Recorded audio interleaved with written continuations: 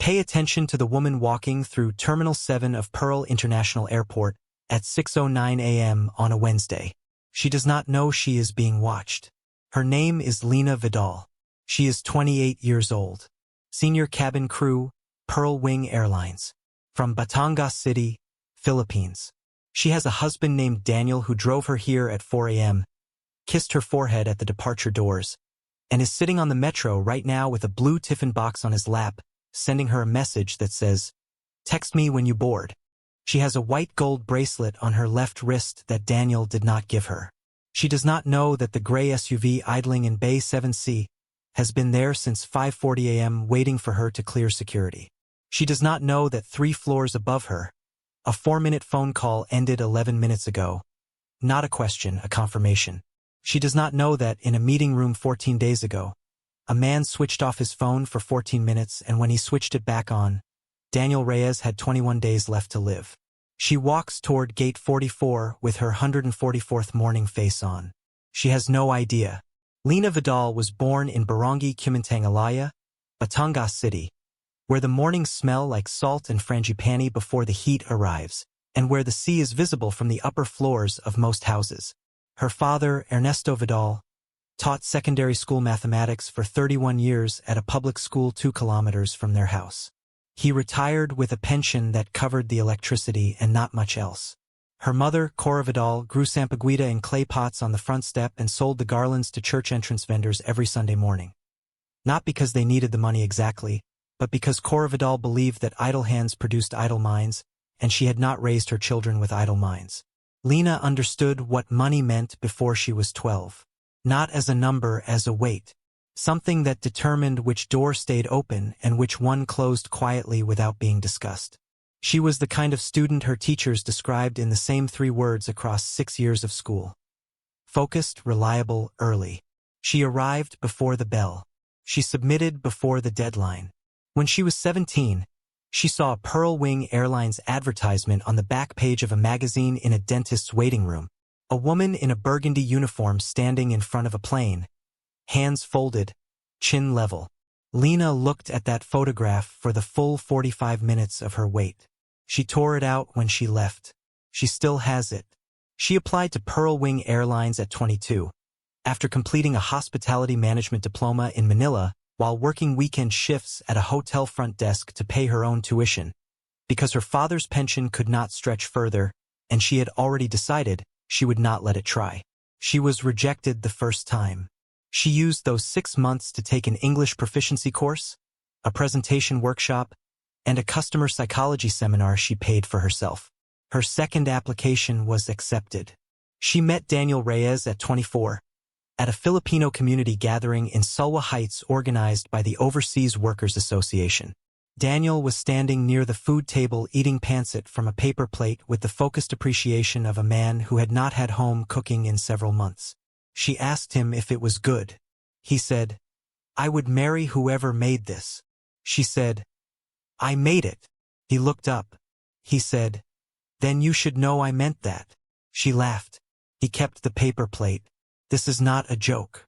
It is folded in quarters inside a small Ziploc bag in his nightstand drawer, and Lena knows it is there and has never asked him to throw it away because she thinks it is one of the most sincere things she has ever seen a person do. They married at 25. Her mother's church. Her mother's sampaguita in the bouquet. 37 people, no professional photographer, because Daniel said a good photograph is one someone actually takes and not one someone is paid to take. Her cousin photographed 400 moments on a phone. 8 of them are genuinely beautiful. Daniel Reyes is 32 years old. He works as a senior accounts auditor at a mid-sized firm in the commercial district. He takes the Sulwa Line Metro every morning. He carries the blue tiffin box Lena bought him on their first anniversary because he had been spending 50 dirhams a day on lunch and she said that was 50 dirhams a day they could be saving. He has carried it every working day for 3 years. His colleagues find this endearing. He does not explain it. He has a dead succulent on his desk that Lena gave him the week she was promoted to senior cabin crew. She said it was low maintenance, that even he could not kill it. He killed it within 8 months. He has not thrown it away because she said she would bring him a new one from whatever city she next layovered in that had a good market. She has not yet found one she considers good enough. The dead succulent sits in its small terracotta pot on the left corner of his desk, and it is the first thing 3 different colleagues will mention when investigators interview them later. They all say the same thing. They say he just really liked her. Every layover, every city, every time zone. 9 p.m. Dubai time, Lena calls Daniel. Or Daniel calls Lena. In 4 years of marriage and 3 years of her flying, this call has been missed exactly twice. Both times, the other person called every 10 minutes until they got through. He always asks what the hotel bed is like. She always asks about the succulent. He always says it is fine. It is never fine. Neither of them acknowledges this. And every landing, without exception, Lena opens WhatsApp and records a voice note to her mother, Cora, in Batangas. Never more than 90 seconds. Always the same structure. Where she is, what the weather feels like through the terminal windows, one thing she noticed on the flight, and Mahal Kita. Nay. I love you, Mama. Cora Vidal has never deleted a single one. There are, at the time of the events of this story, 412 of them saved in her phone. The 413th will be recorded on a runway in Karachi. It will be the last one Lena ever sends. It will be played in a courtroom. The prosecutor will ask the jury to listen to it before she says a single word. The courtroom will be completely silent for 90 seconds. This is who they were. This is what existed before the Zurich flight. Hold this in your mind for everything that follows. It begins, as these things often do, with something that does not look like a beginning. Sheikh Tariq Al-Musa is 46 years old. His grandfather built the first paved road in his emirate with 40 men and a government contract. His father took that road-building company and pivoted it into construction at the exact moment the city began building things that had never been built before. Towers that interrupted the skyline, islands that interrupted the sea. By the time Tariq inherited his portion at 31, Al-Musa Developments was worth 300 million dirhams. By 46, it is worth closer to 1.2 billion. He did not inherit this number. He built it through calculated expansion, 2 strategic mergers, and a reputation for delivering ahead of schedule that has made him the first call for 3 separate government infrastructure tenders. He is not a man who has ever been told no by anyone in a professional context. This is not arrogance. It is simply his experience of how the world operates, accumulated over 46 years of the world operating that way. He has been married once. 2 daughters in boarding school in Lucerne, whom he video calls every Sunday with a consistency his business partners find surprising. He does not discuss the divorce. Nobody who works for him discusses it either. His humanizing detail, the one the investigation will eventually find most revealing, is this: he still writes his own emails. In a company of 4,000 people with a communications team and a PR consultancy on annual retainer, Tariq Al-Musa opens his laptop and types his own words. His executive assistant, Bassem, has told him 3 times that this is inefficient. Tariq says the same thing each time. The words a man writes himself are the only honest record of who he actually is. This sentence will appear again in this story. When it does, it will be in a courtroom, and it will mean something entirely different than he intended. Pearl Wing Flight 441, Dubai to Zurich. 14 months before the events of this story. Lena Vidal is senior cabin crew for the business class cabin. She has worked this route 11 times. She knows it by feel. Tariq Al-Musa is in seat 2A. He boards early. He places his own leather document folder in the overhead bin, which Lena notices, not because it is dramatic but because in 11 flights on this route, she has never seen a passenger in 2A do that. The passengers in 2A have people for that. He asks for sparkling water, no ice. She brings it without repeating the order back to him. He says thank you in Arabic and then in English in case she did not catch the first. She says, I caught it. He returns to his documents. She runs the cabin. At hour 5, somewhere over eastern Turkey, he closes the folder and asks without looking up whether she has eaten. She says the crew meal is in 90 minutes. He says the crew meal on this route is not adequate for a long shift and asks whether she would allow something to be sent to the crew rest area. She says that is not standard procedure. He says he is aware. She looks at him for a moment. Then she says, I'll manage. At hour 6, She finds a covered tray in the forward galley that was not there before, with a card attached in handwriting she will later learn is his own. It says, "For the crew. Thank you for the flight. Enough food for the full rotation." Not a gesture toward her specifically, a gesture toward everyone. She thinks about this on the bus from Zurich airport to the crew hotel. She thinks about it more than she should. The second Zurich flight, 2 months later. He is in 2A again. At the end of the flight on seat 2A, folded in quarters, a note. A restaurant name in the Al-Ittifaq quarter. An address. No phone number, no name. Just the address and the words, "There is no obligation," underlined once lightly, as if he had thought better of the underlining and done it anyway. She does not go that week. She goes 3 weeks later. And this is the first step, and it is the one that matters, not because it was dramatic but because it was not. It was coffee in a quiet restaurant with a man who asked good questions and listened to the answers as if he intended to remember them. She came home at 9:30 and called Daniel at 9 p.m. from the taxi because she had not missed the call in 3 years, and she did not miss it that night either. She told him the layover had run long. She told him the traffic on the way back to the hotel was slow. Both of these things were true. She told herself this meant she had not lied. She will think about this logic later. She will think about it in the way that people think about the first small compromise, not with the weight it deserves, because if she had given it the weight it deserved in the taxi, the story ends there. But she does not. And it does not. The months that follow build in the way that gradual things build, not with a single movement but with accumulation. A second dinner. The third. A restaurant on the 42nd floor of Khazar al-Bar Tower that does not have a public listing, and where the host greets her by name before she has introduced herself. Gifts that are never large enough to be impossible to explain and never small enough to go unnoticed. And at month 5, the bracelet. White gold. A single row of paved diamonds. Given in the back seat of a car on the way from the tower to her hotel. He says it reminded him of something she said 3 dinners ago, that she liked things that looked simple but required complicated work to make. He says this particular setting takes 12 hours to set by hand. He says it in the same, even unhurried tone he uses for everything. She puts it on in the car. She does not take it off. She tells Daniel it was a gift from a senior colleague's husband, given as a thank you for helping with residency documentation. She delivers this on a 9 p.m. call from a Colombo layover. Daniel says, "That's generous of them." A pause. "Is it nice?" She says yes. He says, "Good. You deserve nice things." She records the voice note to her mother 12 minutes later. She says the food is good in Colombo. She says nothing else. Her mother will notice later, in retrospect, that the Colombo voice note is the shortest one in 412. 51 seconds. She has counted. This is not a story about a woman without conscience. This must be understood. Lena Vidal carried the weight of it in specific, documented ways. She called her mother in Batangas more frequently during these months. Call logs will later confirm this. She bought Daniel the watch he had mentioned once 6 months earlier, in the offhand way people mention things they cannot afford and do not expect.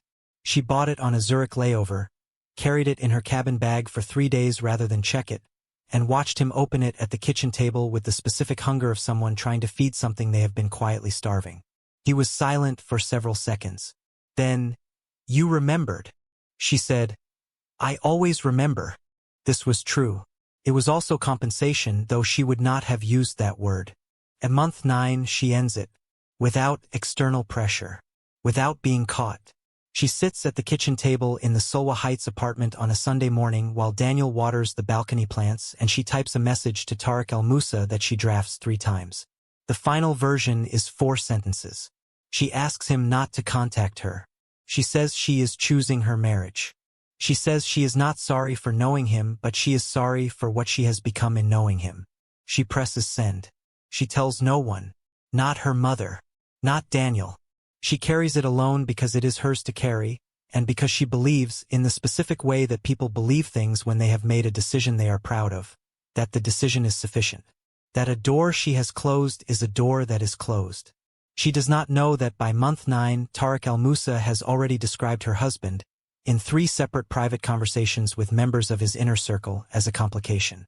She does not know that in the world Tariq inhabits, a complication described in the right tone to the right people is not a private disclosure. It is the beginning of a logistics conversation. She thinks she has ended something.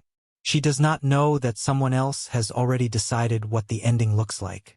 3 weeks after she sends that message, on a Sunday evening, they eat on the balcony. Take out biryani. The plants in the background. The Sulwa Heights traffic below. Daniel asks about the bracelet. Not accusingly, just curiously. Says he hasn't seen her wear it in a few weeks. She says she put it away. He nods and returns to the biryani. She watches him eat. Later, on the 9 p.m. call from a Karachi layover, she tells him she loves him. He says, I know. I love you too. Are you okay? She says she is just tired. He says, okay. Call me from the hotel when you land. She records the voice note to her mother immediately after. 92 seconds. She says it was a good flight. She says she is thinking about coming home to Batangas in December. She says, Kamusta naong sampaguita mo, nay? How is your sampaguita, mama? Her mother will listen to this voice note 116 times. Daniel Reyes is an auditor. He finds discrepancies for a living. He does not look for them with suspicion or jealousy or the particular vigilance of a man who has decided not to trust. He looks for them with methodology. This distinction matters enormously for understanding what he did in the 3 weeks between the first inconsistency and the phone call, because what he did was not surveillance driven by a wound. It was the application of a professional habit to a personal crisis he was not yet ready to name out loud. It begins with a taxi receipt. Not dramatic. A receipt photograph in their shared cloud album, the one they set up in year 2 so household expense records could be shared for the joint account, showing a pickup location 2 streets from the Sulwa Heights building, a drop-off at an address in the Al-Ittifaq quarter, and a timestamp on a Tuesday evening in month 7 when Lena had told him she was having dinner with crew colleagues near Terminal 7. He does not say anything. He opens the map application on his phone and looks at the drop-off address. He searches it. The address belongs to Khazar Al-Bar Tower. He searches that. He reads the building listing. He finds the tenant list. He finds Al Musa Developments. He closes the phone. He goes to water the balcony plants.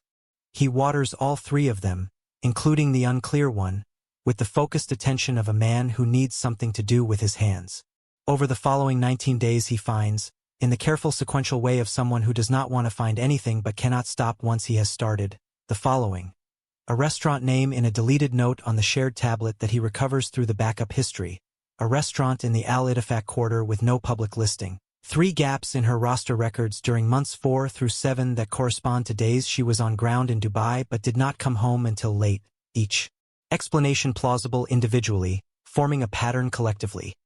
A receipt in the pocket of a jacket she left on the bedroom chair with a number written on it in handwriting he does not recognize. And most significantly, a WhatsApp contact saved under the name BWG Sked whose number, when searched through the reverse lookup service he uses for corporate due diligence, traces to a registered business line associated with Bassem Haroon, executive assistant to Sheikh Tariq Al Musa of Al Musa Developments. He writes all of it in a notebook. Blue cover. The same brand he uses for his audit work because it is the brand he trusts. He titles the first page with a date and nothing else. He does not write Lena's name anywhere in its 14 lines. He writes facts and dates and addresses and amounts in his accountant's handwriting, 1 item per line, and when he has filled the 14th line he looks at all of them together for a long time. Then he closes the notebook and puts it in the kitchen drawer under the takeout menus. He waits 3 more days. Then he calls Al Musa Developments. 11:17 a.m., a Thursday. He calls from his desk at the auditing firm, door closed, tiffin box unopened beside him. The dead succulent is at his left elbow. The receptionist answers. He asks for Sheikh Tariq Al Musa. He is told the Sheikh does not take unscheduled calls. He says, please tell him it is regarding Lena Vidal. A pause. Hold music for 3 minutes and 40 seconds. Then a different voice comes on, measured, mid-40s, the specific tone of someone who is professionally calm because professional calm is a tool. This is Saber Nasser, though Daniel does not know his name. Saber identifies himself only as the Sheik's personal security coordinator. He asks what this is regarding. Daniel says he would prefer to speak to the Sheik directly. Saber says that is not possible. Daniel says, "Tell him I have a blue notebook, and I believe its contents are the kind of thing he would prefer to resolve privately rather than publicly." For seconds of silence. Saber says, "I will pass that message." Daniel says, "I'm not trying to make trouble. I just want it to be finished." Saber says, "I understand." And he does understand. He understands precisely what Daniel Reyes is and what Daniel Reyes wants and what Daniel Reyes believes he has. He understands that what Daniel believes and what Daniel actually has are two different scales of problem, and that both require resolution, and that the most efficient resolution should be assessed before he brings any of it to Tarek. The call lasts 6 minutes and 11 seconds. It is logged in Daniel's phone records. It is the first thing Detective Amara Khalif requests when the case opens 14 days later. It is the line from which the entire investigative timeline will eventually be drawn, back and forward simultaneously, like a thread that when pulled reveals the shape of everything it was woven through. Lena lands in Dubai from Karachi at 4:52 p.m. on the same Thursday. She does not know Daniel has called anyone. She records the voice note to her mother on the runway, narrating na ako, ne, mabudiang bayahi. I've arrived, Mama, the journey was fine, and takes the crew transport to the terminal. She has 3 messages from Daniel. They say, "Call me when you land," then "How long until you clear customs?" Then, "I'll be home by the time you get here." She calls him in the taxi. He answers before the second ring. His voice is compressed. She will try to describe this later and not find the precise word for it. But it is the voice of a man speaking from inside something, from a room he has been in alone and does not know how to leave. He says, "I'll make dinner. Come home safe." She asks if he is okay. He says yes, just tired. Come home. She is home by 6:30. He has made sinigang, her mother's recipe, the one he learned by calling Cora Vidal in Batangas and asking her to walk him through it 3 separate times over 2 years until he had it right. The pot is on the stove. The balcony door is open. All 3 plants are watered. The dead succulent has been moved from his desk to the kitchen counter, which is unusual, and she notices it but does not mention it. They eat at the small kitchen table. He asks about Karachi. She tells him about a child in the airport wearing a pearl wings pin who ran up and pointed at Lena's uniform, and then at her own pin and said something in Urdu that the child's mother translated as, "She says you match." Daniel laughs. A real laugh. She watches it happen and she thinks, as she has been thinking since the Colombo voice note, that she needs to tell him the truth. Not the bracelet story. All of it. After dinner he washes. She dries. This has been their division since month 1. She watches his hands while she dries and the decision is right there, fully formed, entirely available to her. She does not take it. She tells herself she will find the right moment. She will tell him everything, the ending she made in month 9, the choice she has already made but he does not know she has made, and he will understand and they will survive it because they have survived every distance and every difficulty since a paper plate at a community gathering in Solwa Heights, and she believes, in the specific way that people believe things when they are afraid of what believing otherwise would require, that this is survivable too. Then Daniel puts down the dish he is washing and turns to look at her. He says, "I need to show you something." He takes the blue notebook from the kitchen drawer. He places it on the counter between them. He does not open it. He does not need to. The look on her face when she sees it. He will think about this moment later. He will think about it from a desk with a dead succulent at his elbow, and he will understand that what crossed her face in that second was not guilt exactly and not fear exactly, but the specific expression of someone who has been carrying a weight alone for a long time and has just watched someone else find it. She does not deny anything. She sits at the kitchen table and she tells him all of it. The Zurich flight, the months, the bracelet, the lie about the colleague. The Sunday morning in month 9 when she sat at this same table and typed 4 sentences and pressed send and chose him, chose this, chose the apartment and the plants and the tiffin box and the 9 p.m. calls. She tells it without arrangement in the order it happened, because Lena Vidal has always told the truth when the alternative was no longer sustainable and she is not constructing a story. She is handing him the actual weight of it and asking him to decide what it means. He listens. His face does not change while she speaks. When she finishes, he asks one question. He says, "Did he let it go?" She says yes. She believes this. She has believed it for 3 months. She says, "It's over. It has been over. I ended it and I am certain it is over." He looks at her for a long moment. Then he looks at the notebook. He closes it. He puts it back in the drawer under the takeout menus. He does not throw it away and he does not do anything with it that night, and this is not weakness. This is the behavior of a man who checks his figures twice before he concludes anything, who has spent 19 days building 14 lines of evidence, and who is now giving the person he loves the same disciplined courtesy he would give any set of numbers that deserve to be understood completely before a conclusion was drawn. They go to sleep in the same bed with the careful distance of two people who are not yet sure what they are to each other but are not ready to be anything less. The balcony door is still open. The 3 plants are outside in the dark. The dead succulent is on the kitchen counter where he moved it, for reasons he has not explained and she has not asked about, as if even in the middle of everything there is still this small orbit they keep around each other, noticing, accommodating, not yet willing to stop. This is their last ordinary night and neither of them knows it, and the city goes about its business 14 floors below, and the 9 p.m. call happens in the morning instead, and he says, "I love you," before she says it, and she says it back, and it is true, which makes everything that follows not a story about a marriage that failed but a story about a marriage that was being repaired by 2 people who both still wanted it, until someone else decided that wanting was irrelevant. Saber Nasser is 47 years old. He was born in Amman and spent 14 years in Jordanian military intelligence, the last 4 in a division whose internal documentation referred to its function as sensitive matter management, a category that included foreign asset handling, domestic political exposure containment, and the occasional problem that generated paperwork no one wanted on record. He was methodical, discreet, and effective, which are 3 qualities that look like virtues in most professions and look like something else entirely when the work involves deciding what happens to people who have become inconvenient. He joined the private sector at 35 with the specific professional value of someone who understood what the word efficiency meant when applied to human problems rather than logistical ones. He has worked for Tariq al-Musa for 9 years. In that time, he has managed 4 situations that fell outside the scope of standard security operations. The details are not all recoverable.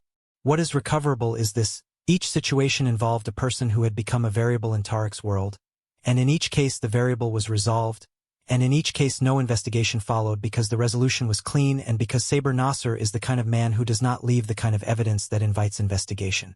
He has a daughter, Nadia, 19, studying medicine at a university in Amman. He transfers her tuition fees on the 15th of every month without missing one. Her photograph, age 7, gap-toothed, holding a plastic stethoscope from a birthday party, is the only image on the lock screen of his personal phone. His work phone has no photographs.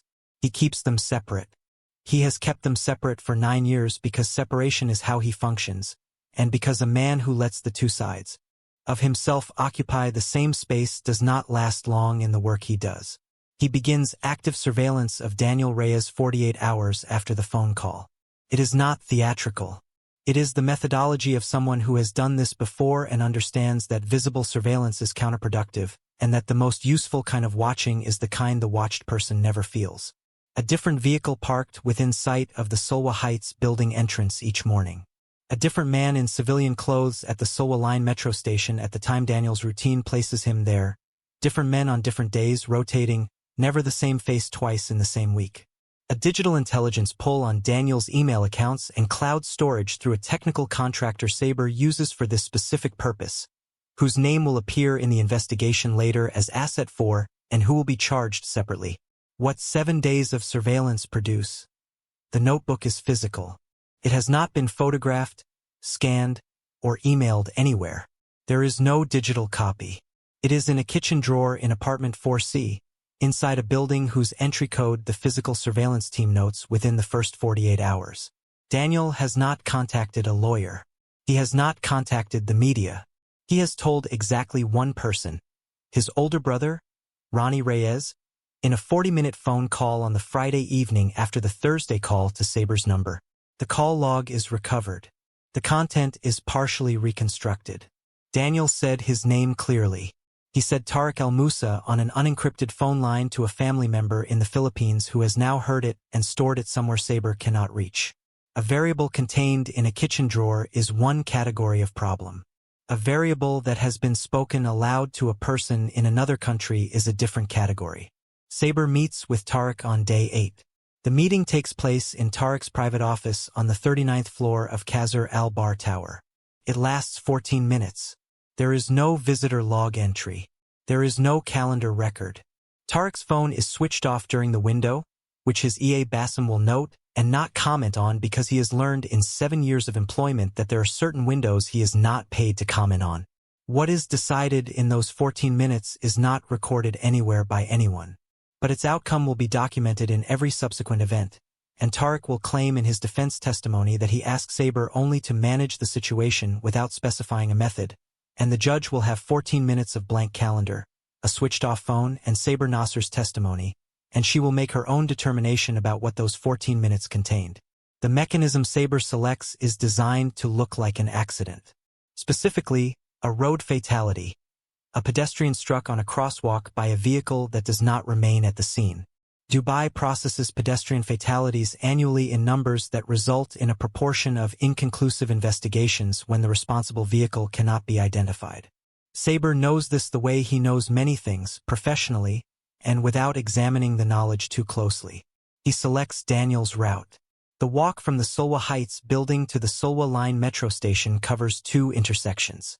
The second intersection has a CCTV camera covering the northwestern approach with a blind spot of approximately 3 meters on the southeastern corner, documented in the traffic infrastructure assessment that Asset 4 obtains from the Roads Authority using a dormant access credential belonging to a former contractor whose employment ended 7 months prior but whose account was never deactivated.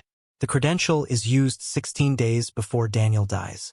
The access log will record this. It will be the second thing Amara Khalif marks when she reads it. Saber sources a vehicle through a third party.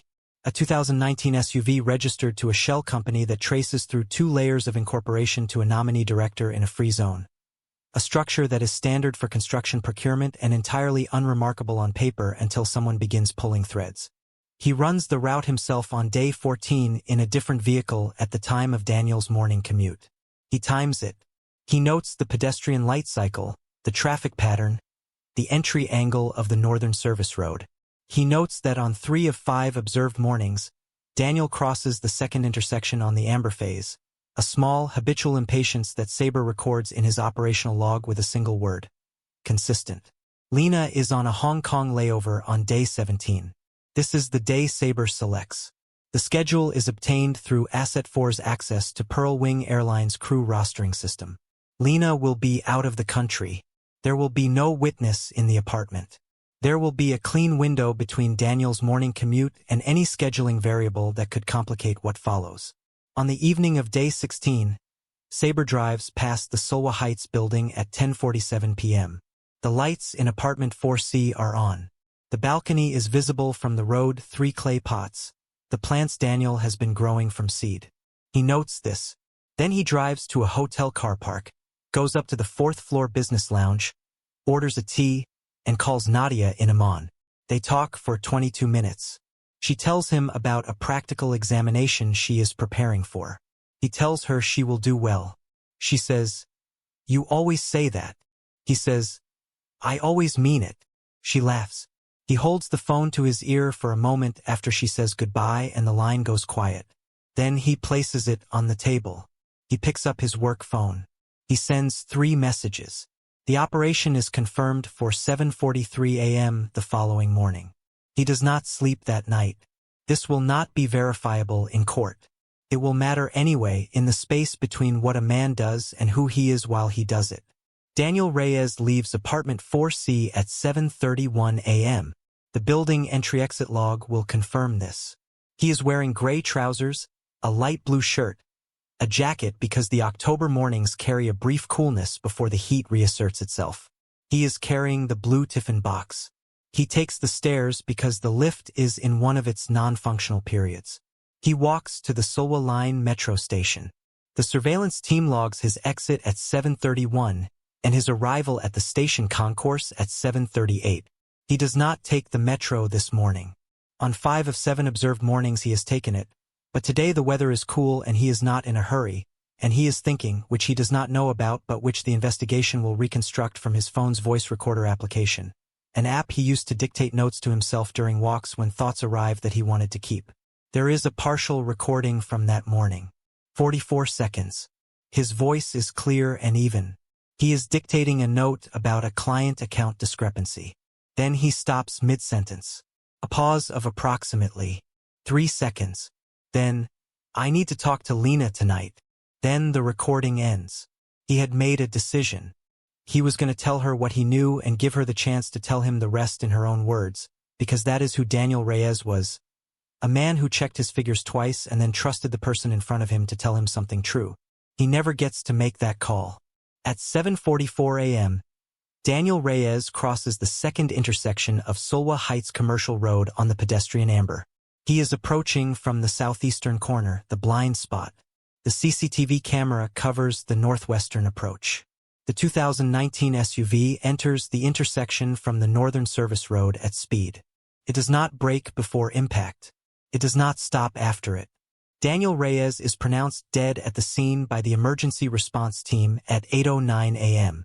The responding officers file the initial report as a hit-and-run fatality and assign it to the traffic division.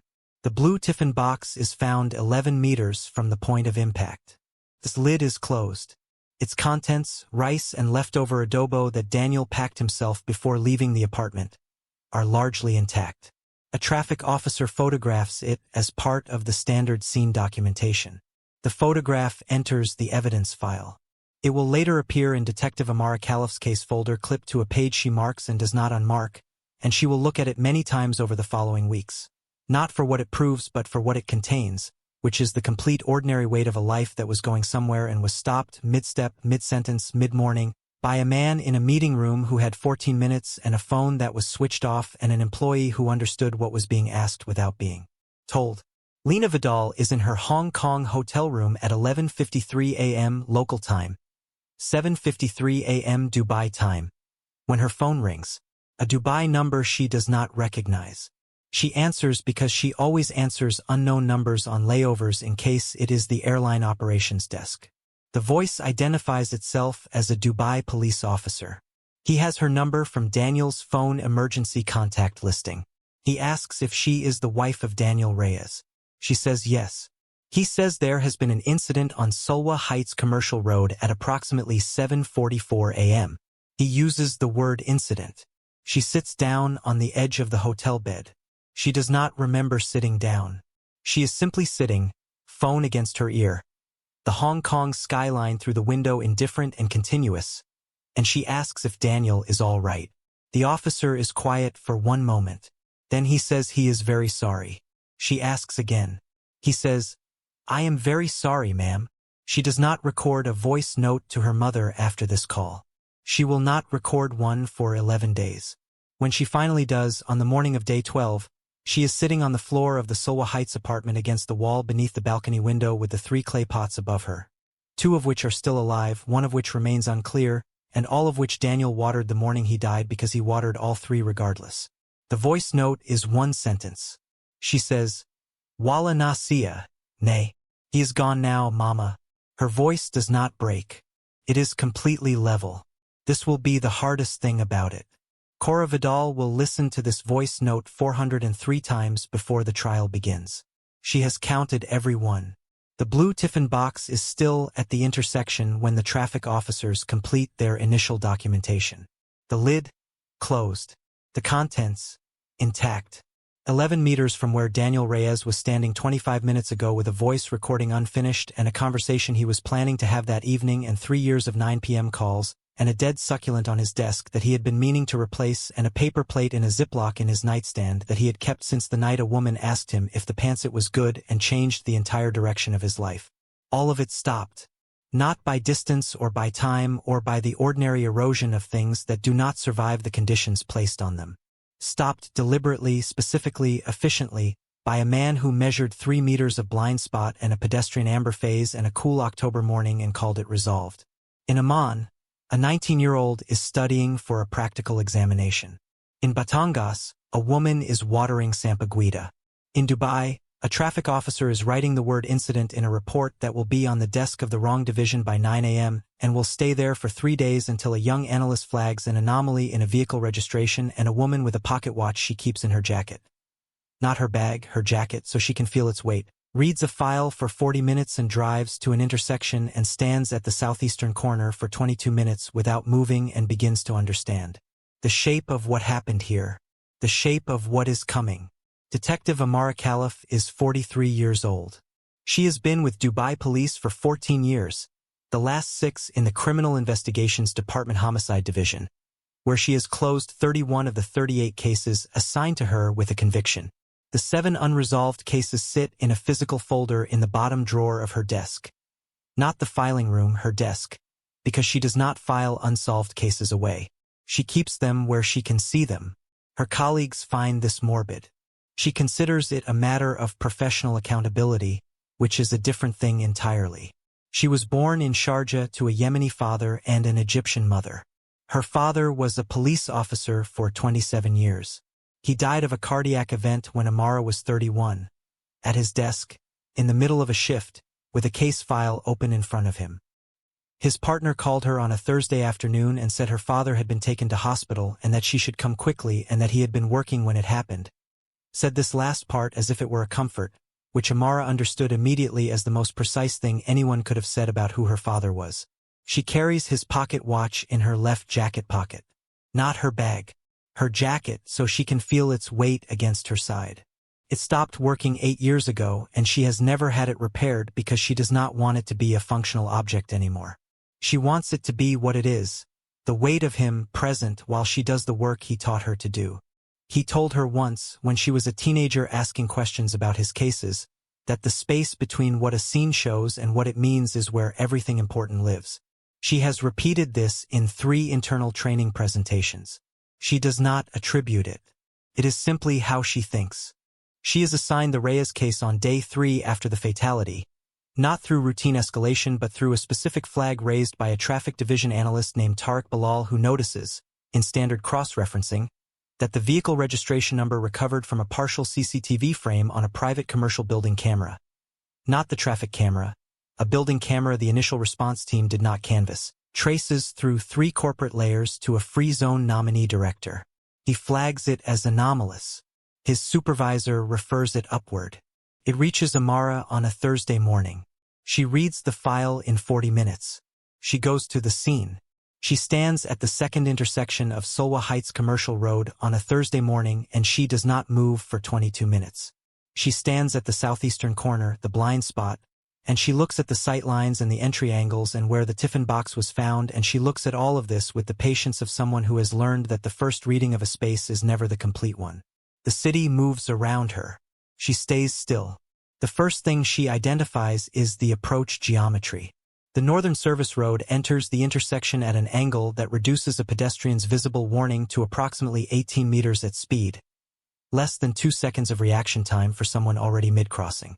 This is not a driver who failed to notice a pedestrian in time. The entry angle, combined with the speed the forensic reconstruction will confirm, made the outcome mathematically certain before the vehicle reached the crosswalk. You do not arrive at a geometry like that accidentally. You arrive at it through selection. The second thing is the CCTV gap itself. A traffic camera blind spot is not unusual. What is unusual is knowing precisely where it is and choosing it. She requests the full traffic infrastructure assessment from the roads authority that afternoon. The document she receives was last accessed 16 days ago, 2 days before Daniel died, by an account registered under an employee ID that, cross-referenced with current staff records, belongs to a contractor whose employment ended 7 months prior. The account was never deactivated. Someone used dead credentials to map the camera coverage of a specific intersection 48 hours before a man was killed at the only point on his regular route that falls outside full surveillance. She marks this in her notes. She draws a box around it. Then she draws another box around the first box. The third thing is the tiffin box. 11 meters from the point of impact. Lid closed. She reads the initial scene photographs twice, and both times the closed lid pulls at something in the back of her mind that she cannot immediately articulate, and then on the third reading she has it. A pedestrian struck at the confirmed speed, whose body traveled the documented distance from the point of impact, does not retain the grip and muscular coordination required to hold a container sealed through the kinetic sequence of that impact. The lid being closed is not a product of the collision. The lid was closed after. Someone was at that intersection between the impact and the first responders. Someone whose instinct, deliberate or automatic, was to put something back in order. The tiffin box is not evidence of a staged accident by itself. It is evidence of a presence. And a presence at the scene after the fact is a thread. In Amara Caliph's experience, threads that look small from one end are often attached to something very large from the other. She files her assessment with the CID at 4:30 p.m. and designates the case Class 1, suspected homicide. Her supervisor reads it in 40 minutes and calls her. He asks if she is certain. She says, "No. That is why it is suspected and not confirmed. But I am certain enough that if we do not treat it as homicide now, we will not recover what we need to treat it as homicide later." He approves the designation. She goes back to her desk. She takes the pocket watch out of her jacket and holds it for a moment. Then she puts it back. There is a great deal of work to do. Digital forensics analyst Yusra Al-Dabak is 29 years old, and she approaches her work with the specific satisfaction of someone who is genuinely excellent at something that matters and knows it. She works the Reyes case files for 72 hours across 3 consecutive days. She recovers, in sequence, the Rhodes Authority access log confirming the credential use 16 days before Daniel's death, traceable through corporate layers to a holding account whose sole other client is Khazar Al-Bar Tower Facilities Management, Tariq Al-Mousa's building. The shell company vehicle registration, same nominee director, same free zone, same terminal address. A phone number obtained from the partial CCTV frame, a figure visible at the periphery of the intersection at 8:11 a.m., 2 minutes after Daniel was pronounced dead, adjusting something near the point of impact, face not identifiable, but phone pinging a nearby cell tower at 8:13 a.m. The number belongs to a prepaid SIM purchased in the Al-Ittifaq quarter 9 days before the death. It has sent exactly 2 messages, both to a number registered to a logistics company. The logistics company is a known contracting entity used by Al-Musa Developments on 3 previous infrastructure projects. Yusra presents her summary to Amara at 7:30 a.m. on a Tuesday. Amara reads it standing at Yusra's workstation. She reads it twice. The second time she is slower, not because anything is unclear, but because she is giving each line the weight it deserves. When she finishes, she says nothing for a moment. Then she says, "How long to trace the nominee director fully?" Yusra says 4 hours. Amara says, "You have 3. Yusra has it in 2.5. Amara arrives at apartment 4C in Sulwa Heights on day 16 with a search warrant and 2 evidence technicians. Lena Vidal is there. She has been there since she returned from Hong Kong, suspended from active duty pending the investigation into circumstances surrounding her husband's death. A standard designation that she has not contested and has not asked about because she is, at this point, beyond the administrative geography of her situation. She is sitting on the kitchen floor when Amara enters. Not collapsed, not dramatic. Sitting on the floor with her back against the cabinet in the particular way of someone who has found that the floor is where they keep ending up and has eventually stopped fighting the geometry of their own grief. She is wearing one of Daniel's shirts. She is holding her phone with both hands and the screen is off. She cooperates with the search completely and without being asked. When Amara mentions documentation and personal records, Lena opens the kitchen drawer herself. She says, "There is a notebook. He had a notebook."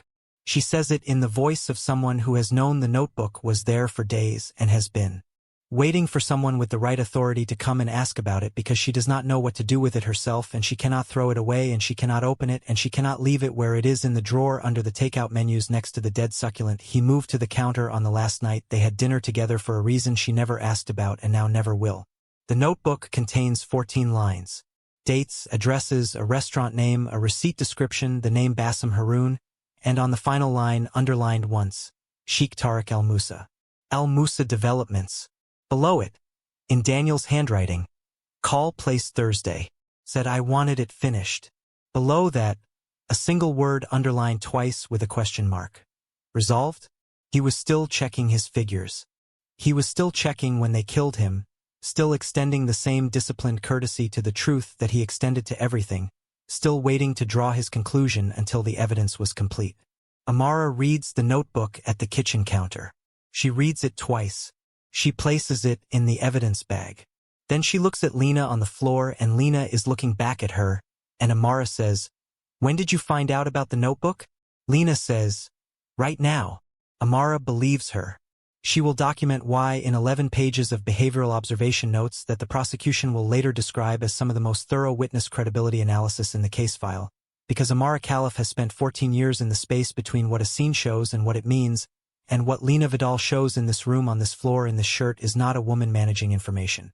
It is a woman who has run out of the energy required to be anything other than completely truthful, and these are, in Amara's experience, the most reliable witnesses there are.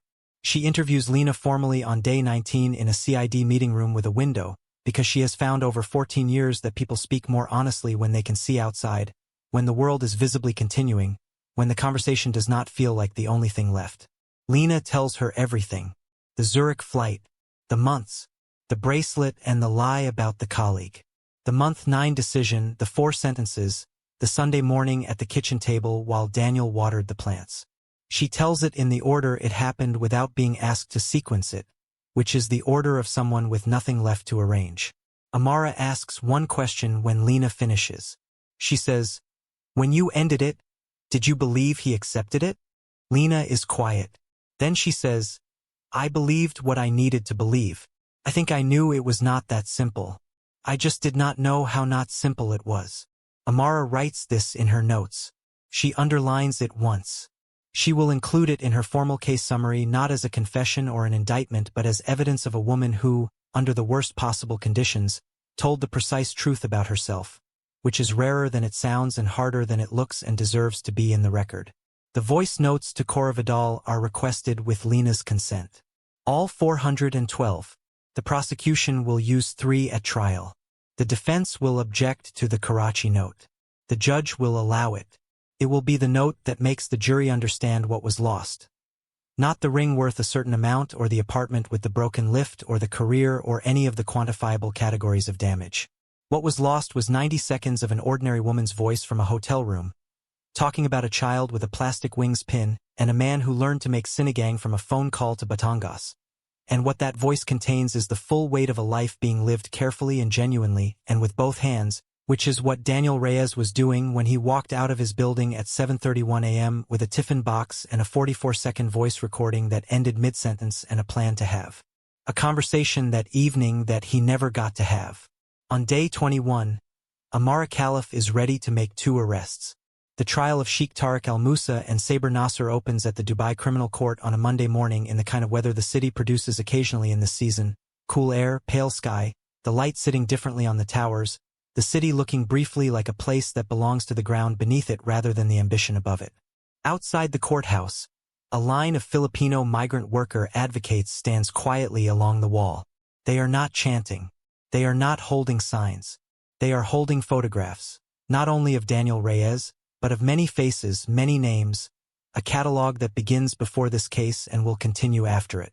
An overseas worker from the Visayas, a domestic worker from Cebu, an accountant from Batangas. Names that share one thing. They came to this city with a plan and encountered something the plan had no provision for. A security officer stands near the group. He does not ask them to move. Prosecutor Dina Farouk is 41 years old. She has prosecuted 19 homicide cases in Dubai Criminal Court. She is known for 2 things: the completeness of her preparation and the particular quality of her opening statements, which proceed without notes and without theatrical gesture, and with the kind of absolute clarity that comes from a person who has spent weeks understanding a case at the level of its bones. She opens on day 1 by playing the Karachi voice note in full. The courtroom does not make a sound for 90 seconds. When it ends, she places the blue notebook on the evidence table and reads all 14 lines into the record, slowly, 1 item per line, in Daniel Reyes's own words exactly as he wrote them. Then she looks at the 2 defendants and she says, A man with a tiffin box and a dead succulent and a voice recording unfinished on his phone walked to work on a cool morning because the weather was good, and he was not in a hurry, and he was thinking about a conversation he wanted to have with his wife that evening. He was killed because another man decided that his desire to save his marriage was an operational inconvenience. She sits down. The defense table is completely still. Asset 4, the technical contractor who provided the road's authority access, enters a partial guilty plea on day 2. His cooperation with the prosecution in exchange for reduced sentencing is accepted. Through his testimony, the full mechanism of the surveillance operation is entered into the record. The credential acquisition, the camera mapping, the vehicle sourcing, the operational timeline from the first phone call to the confirmation messages sent from the Farouk Hotel Business Lounge the night before Daniel died. His testimony takes 4 hours. Saber Nasser sits at the defense table and listens to it without visible reaction because he has known since his arrest that Asset 4 would cooperate, and he has already done his own accounting of what that means. Saber Nasser does something that surprises everyone. Not his lawyer, who has been attempting to manage it for 3 weeks. Not the prosecution exactly, but the degree of it, the completeness of it, the specific quality of a man who has decided that the mechanism of concealment which defined his professional life is no longer something he can operate. He cooperates on the essential facts. Not everything. Not the earlier 4 situations, which his lawyer successfully argues fall outside the scope of the current charges. But on this case, the surveillance, the vehicle, the road authority access, the operational confirmation, he does not deny them. He presents them with the same methodical clarity with which he planned them. He is a man who does not know another way to present information. His lawyer argues diminished culpability by instruction. That he was an employee executing a directive. That the directive as given was to resolve the situation, and that while he bears responsibility for the mechanism selected, the authorization came from above. Prosecutor Farouk cross-examines him for 90 minutes. She establishes that in 9 years of employment across 4 sensitive situations, Tariq Al-Musa never once asked Saber what method he had used. She asks why. Saber says, because the outcome was what mattered to him, not the method. She asks, and you understood this at the time? He says, yes. She says, then you understood that when you confirmed the operation the night before, you were the part of the arrangement that made his ignorance possible, that made it so he could instruct the death of a man and never have to know the specific word for what he had done. Is that accurate? Saber is quiet for 11 seconds. 11 seconds in a silent courtroom is a long time. Then he says, yes, that is accurate. Tariq Al-Musa does not visibly react. His lawyer leans toward him. He does not lean back. He is looking at the middle distance with the expression of a man who has spent months constructing the architecture of his defense and has just watched its foundation shift. Tariq's defense is serious and it is skillfully constructed. Senior advocate Rashad Kurban presents 3 arguments across 2 days. The instruction was nonspecific and did not explicitly authorize violence. The chain of command passed through Saber's independent judgment, creating legal separation, and Tariq's personal relationship with Lena was a private matter the court should consider separately from the criminal charge. The third argument is the one that reveals the nature of the defense more completely than any other, because asking a court to consider a murdered man's marriage as legally separable from the circumstances of his murder is an instruction to look away from the only thing that fully explains why Daniel Reyes died on that particular intersection on that particular morning. The jury looks at Kurban when he makes this argument and then looks at the notebook on the evidence table, and Dina Farouk does not object because she does not need to. She addresses the central argument, the question of instruction, with one sequence during cross-examination. She walks Tariq through the 14-minute meeting on day 8. She establishes the blank calendar window, the switched-off phone, the absence of any record of any kind. She asks, in 15 years of running Al-Musa developments, have you ever had a 14-minute private meeting with no calendar entry? No minute? No follow-up communication of any kind, on any subject other than the 4 situations documented in Saber Nasser's employment file? Tariq says, occasionally on sensitive matters. She says, on matters involving people who had become inconvenient to you? His lawyer objects. The judge notes it and permits the line. Tariq says, those situations were different. Farouk says, were they? Or were they the same structure each time?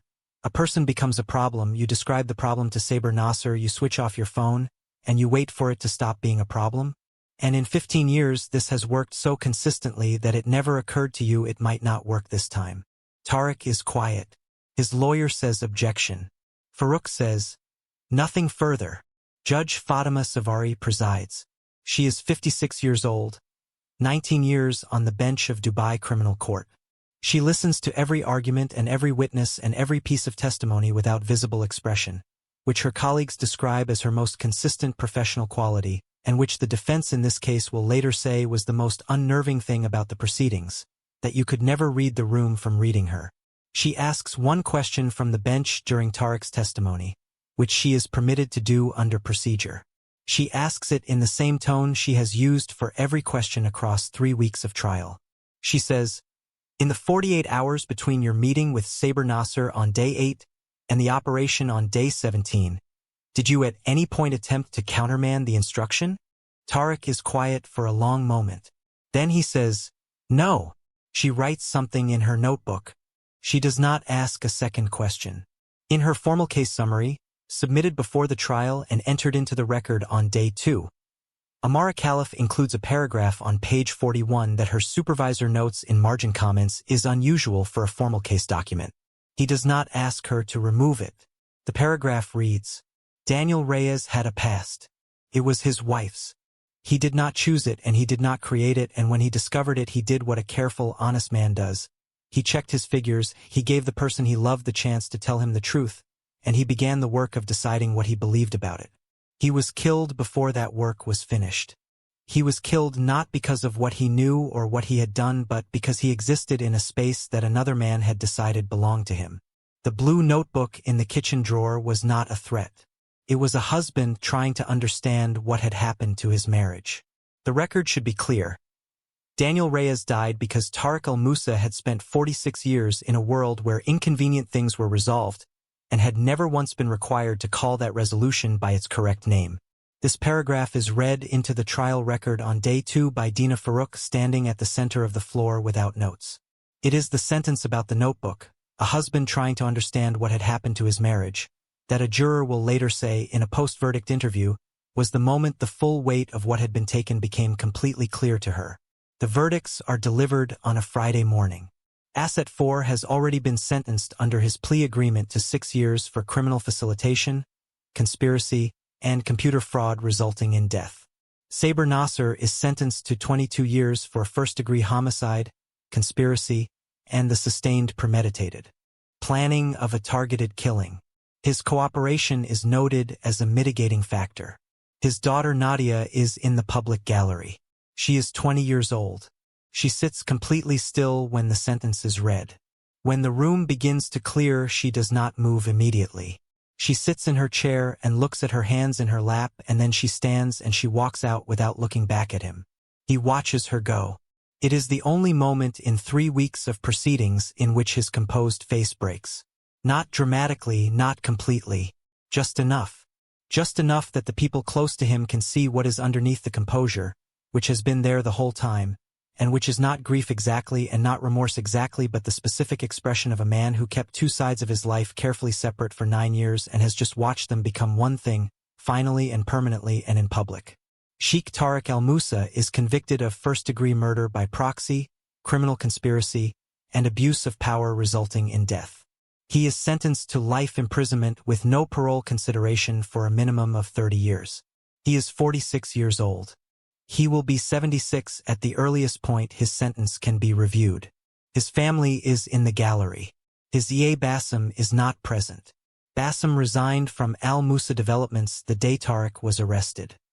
He wrote his resignation himself, drafted it, reviewed it, sent it, did not use the communications team, did not ask for help with the wording, because he had spent 7 years working for a man who believed the words a man writes himself are the only honest record of who he actually is. And Bassem had decided that the most honest record he could make of who he was in this moment was to write his own departure from it. When the life sentence is read, Tariq al-Musa says nothing. He looks at the bench with the expression of a man confronting something he intellectually understood was possible but never experientially believed would arrive. The boarding pass from Pearl Wing Flight 441 is in a box of personal effects that will be collected from his office by a family member. It is still there in his desk drawer, where he kept it for 14 months. The words a man keeps are the only honest record of who he actually is. He kept a boarding pass. He kept it because he wanted to. He kept it while a man in Silwa Heights kept a paper plate in a Ziploc bag for the same essential reason. Because they had met someone who changed the direction of their life and they did not want to lose the evidence of the moment it happened. These two men kept the same kind of object for the same kind of reason, and one of them is buried in Batangas and one of them is in Dubai Central Prison, and the difference between them is not complexity or circumstance. The difference is that one of them, when what he had built was threatened, treated a human life as something that could be resolved. Amara Khalif is back at work the following Monday. New case, different room, different numbers that do not add up. She carries the pocket watch in her left jacket pocket. She measures the space between what a scene shows and what it means. The Reyes case is incorporated into a CID training module on staged accident differentiation, built substantially from her scene analysis and Yusra al-Dabaka's digital forensics documentation. She is asked to speak at the launch event. She says, "I did my job." Yusra al-Dabak presents her methodology at a forensics conference in Abu Dhabi 5 months after the verdict. Her paper on tracing corporate shell structures in privately funded crimes is downloaded 3,800 times in its first 2 months and added to the reading list of 4 law enforcement training programs. She is 29 years old. She will do this work for a long time. Lena Vidal returns to Batangas. She takes a position at a community hospital 2 streets from her childhood home. Administrative, patient-facing, the kind of work that puts her in a room with people who need someone organized and present and reliable. She lives in her parents' house. She sleeps in her childhood room beneath the same window where she sat at 17 and looked at a magazine advertisement and decided who she was going to become. The advertisement is still in a folder in her desk. She does not look at it. She does not throw it away. The blue tiffin box is returned to her through the Philippine consulate along with Daniel's personal effects. It arrives on a Tuesday. She opens the box at the kitchen table in Batangas. Her mother is present. She opens the tiffin box last. It is cleaned and intact, and inside it, placed there by someone in the evidence office whose name is not attached to any note, is a small folded piece of paper that says only, "Submitted with care." She does not know who wrote it. She places it inside the box and puts the box on the kitchen counter. She opens Daniel's nightstand bag. The paper plate is there, still in its Ziploc, still folded in quarters. She holds it for a long time. Her mother says nothing because there is nothing to say, and because Cora Vidal has been Lena's mother for 28 years and understands the specific weight of this silence and knows that the only thing required of her right now is to be present in it. The voice notes are still on Cora's phone. All 412 of them. She has not deleted a single one. She listens to a different one on different evenings. Not in order, not systematically, just whichever one she reaches for. Sometimes the Colombo one, 51 seconds, the shortest one. Sometimes the Karachi one, 92 seconds. Kamusta na ang Sampaguita mo? Nay. How is your Sampaguita, mama? She listens to them because they are the sound of her daughter's voice from every city her daughter has ever been in, and because the voice in them is the voice of someone who believed enough in the ordinary continuity of things to record 90 seconds of it every landing for 3 years, which is an act of love so habitual it became invisible, which is the best kind. The Filipino migrant worker advocates who stood outside the courthouse every morning of the trial formalized their campaign in the months that follow. They lobby for stronger consular protection protocols for overseas Filipino workers in Pearl states, clearer legal pathways for workers in dangerous situations, and an expansion of the bilateral assistance agreement to require consular legal support within 48 hours of the death of any overseas Filipino worker in a foreign jurisdiction. They cite Daniel Reyes specifically in their submission to the Philippine Senate Committee on Overseas Workers' Welfare. His name is in the footnotes. Reyes, Daniel M. Batangas City. Aged 32. Auditor. Killed in Dubai. His wife wanted to come home. The submission is accepted. The committee opens an inquiry. The legislation passes 18 months later. It is not named for him. He is in the footnotes, which is where the cases that made the argument necessary always. Live. Not in the headline, in the foundation, holding up the structure from underneath the way that people like Daniel Reyes hold up everything from underneath without ever being the part of it that gets looked at. On the balcony of the Batangas house, 2 of Daniel's 3 plants are still alive. Lena brought them from the Solwa Heights apartment because she could not leave them and could not explain why. The 3rd plant, the unclear one, is still unclear. She waters all 3 regardless. Her father, Ernesto, watches her do this one morning from the kitchen window and says nothing because he is a man who understands that certain things are being tended that are not plants and that the tending is the point. The sampaguita on the front step blooms every season. Lena Vidal tends it every morning. On the morning it first blooms in the year after the verdict, she calls Lena from the step and holds the phone toward it so Lena can see. Lena laughs. It is small and it does not last long, but it is real, and Cora will describe it to her neighbor 3 days later as the first time in 8 months she has heard her daughter sound like herself, which is not the same as saying everything is fine, because everything is not fine and will not be fine in the way that it was before, but which is the beginning of something, the first bloom of a thing that was planted in grief and is growing anyway, the way that certain things do, slowly and without announcement, through the ordinary daily attention of people who have decided to keep going. Lena Vidal is 30 years old. She has a dead succulent on the windowsill of her childhood room. She has 412 voice notes on her mother's phone. She has a paper plate in a Ziploc in the drawer of her childhood nightstand where she put it because that is where Daniel kept it and that is where it belongs.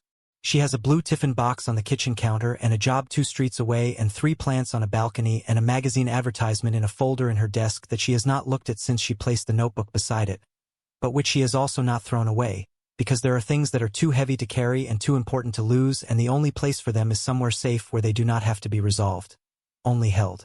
2 men who decided Daniel Reyes was a variable are in prison. One of them will be there until he is 76. One of them watches the door his daughter walked out of and does not stop watching it.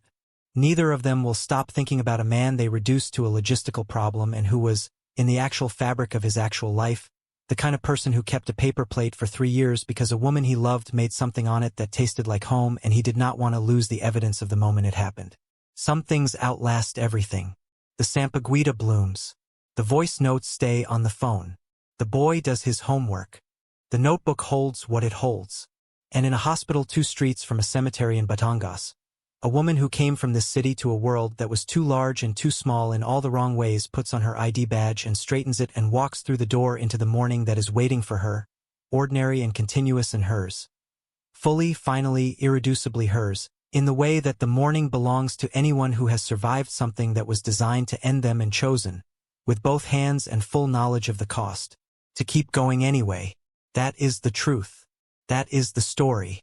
That is what happened when a man in a meeting room switched off his phone for 14 minutes, and a woman in a hotel room in Hong Kong answered a call she did not expect, and a husband with a blue notebook in a kitchen drawer never got to finish the sentence he was recording on his way to work on a cool October morning. And a tiffin box sat 11 meters from where he fell with its lid closed and its contents intact, waiting for someone who measured spaces twice and carried a pocket watch in her jacket to come and stand in the right corner and understand what the space between what a scene shows and what it means actually contained. She came. She stood there. She understood it. She spoke for him the way the dead require someone to speak for them, completely and without remainder, until the record was clear. The record is clear now. It will remain clear. He was here. He mattered. He was trying to save something.